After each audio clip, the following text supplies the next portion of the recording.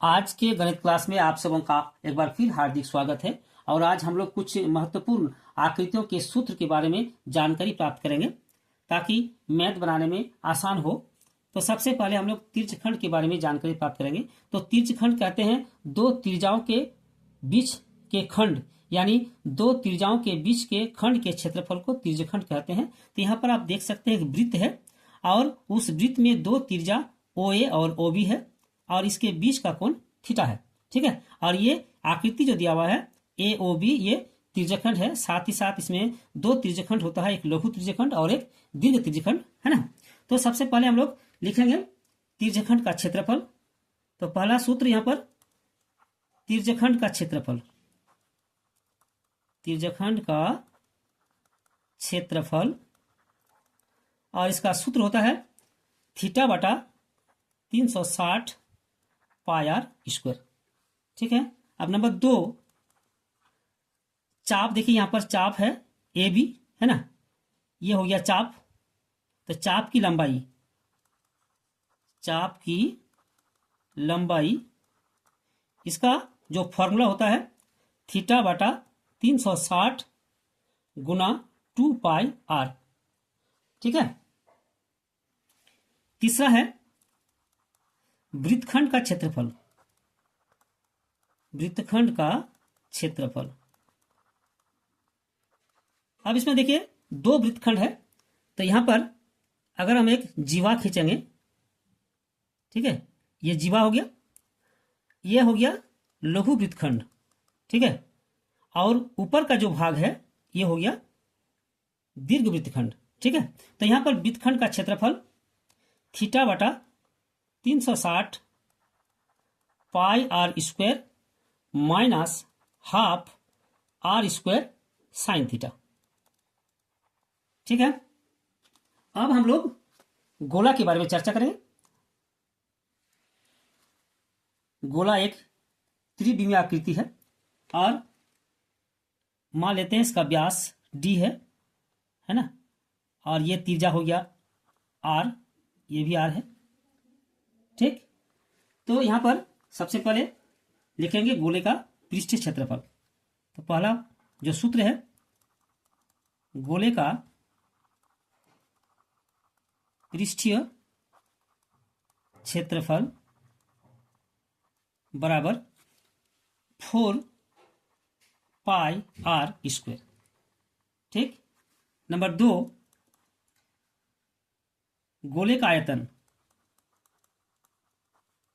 गोले का आयतन बराबर 4/3 पाई आर क्यूब। ठीक है, और यह आकृति अर्धगोला है। ठीक है, और यहां पर देखिए अर्धगोला का पृष्ठीय क्षेत्रफल। तो नंबर 3 यहां पर लिखेंगे अर्धगोले का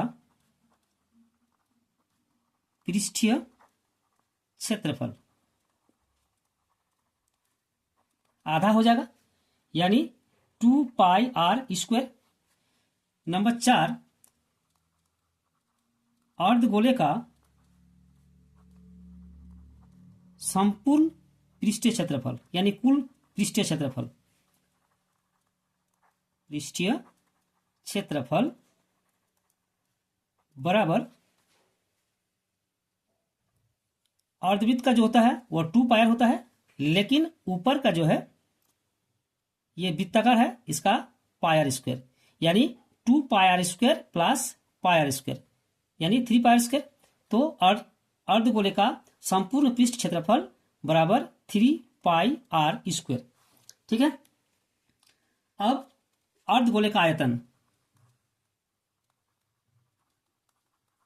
अर्धगोले का आयतन बराबर आधा, यानी 2/3 पाई आर क्यूब। ठीक है, अब हम लोग घन के बारे में जानकारी प्राप्त करेंगे। यह घन का आकृति है जिसमें सभी भुजा बराबर है ना। तो यहां पर हम लोग लिखेंगे घन का आयतन, घन का आयतन बराबर भुजा क्यूब। अगर हम ए मानते हैं तो ए क्यूब, एल मानते हैं तो एल क्यूब। ठीक है, आप कुछ भी लिख सकते हैं। नंबर 2, घन का संपूर्ण पृष्ठीय क्षेत्रफल, पृष्ठीय क्षेत्रफल बराबर, इसमें 6 इंटू भुजा स्क्वायर, यानी 6 पृष्ठ है इसलिए 6 इंटू भुजा स्क्वायर। ठीक है। फिर नंबर 3, घन का वक्र पृष्ठीय क्षेत्रफल या पार्श्व पृष्ठीय क्षेत्रफल,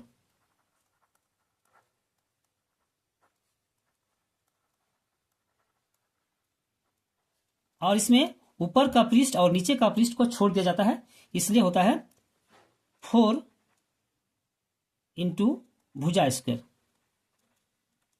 ठीक है। और नंबर 4, घन का विकर्ण। अब घन का विकर्ण होता है भुजा इंटू √3, या कभी कभी आता है √3 इंटू भुजा, आप किसी भी तरीके से कह सकते हैं। ठीक है। अब हम लोग आते हैं घनाभ पर। यह चित्र घनाभ का है और इसमें यह लंबाई है यानी L, ये चौड़ाई है यानी B, और ये ऊंचाई है। ठीक है। तो L लंबाई, B चौड़ाई और H ऊंचाई। तो यहां पर पहला सूत्र है घनाभ का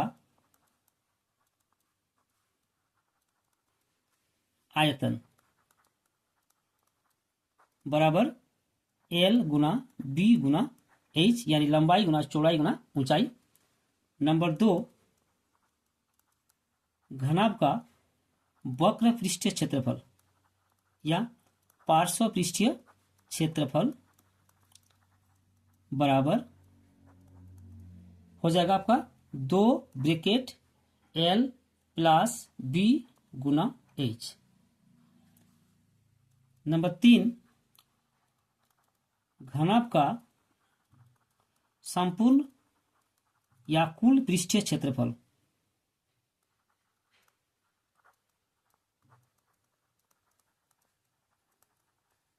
ठीक है, इसका सूत्र है 2 bracket LB plus BH plus LH। चौथा, घनाभ का विकर्ण बराबर √L² plus B² plus H²। ठीक है। अब हम लोग आएंगे बेलन पर। यह बेलन का चित्र है और इसमें देखिए ये ऊंचाई है H और ये त्रिज्या है R। ठीक है। और इसमें जो सूत्र बनता है, पहला सूत्र है बेलन का आयतन, बेलन का आयतन बराबर πr²H। दूसरा सूत्र है बेलन का वक्र पृष्ठीय क्षेत्रफल या पार्श्व पृष्ठीय क्षेत्रफल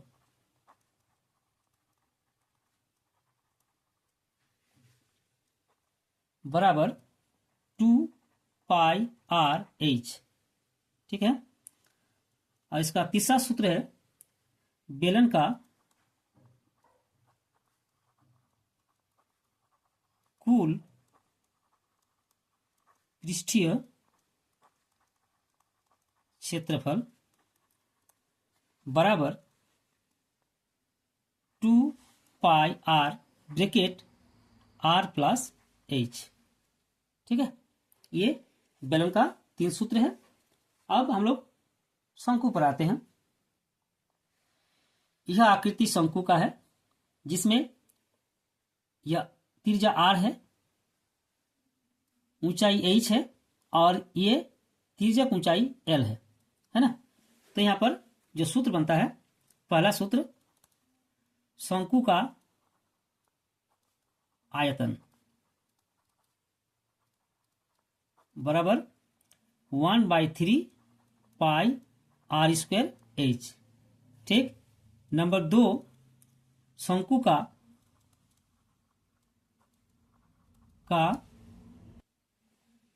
वक्र पृष्ठीय क्षेत्रफल, वक्र पृष्ठीय क्षेत्रफल बराबर पाई आर एल। ठीक है। फिर नंबर 3, शंकु का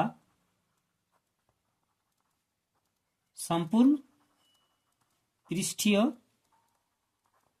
क्षेत्रफल बराबर pi R bracket L plus R. ठीक है।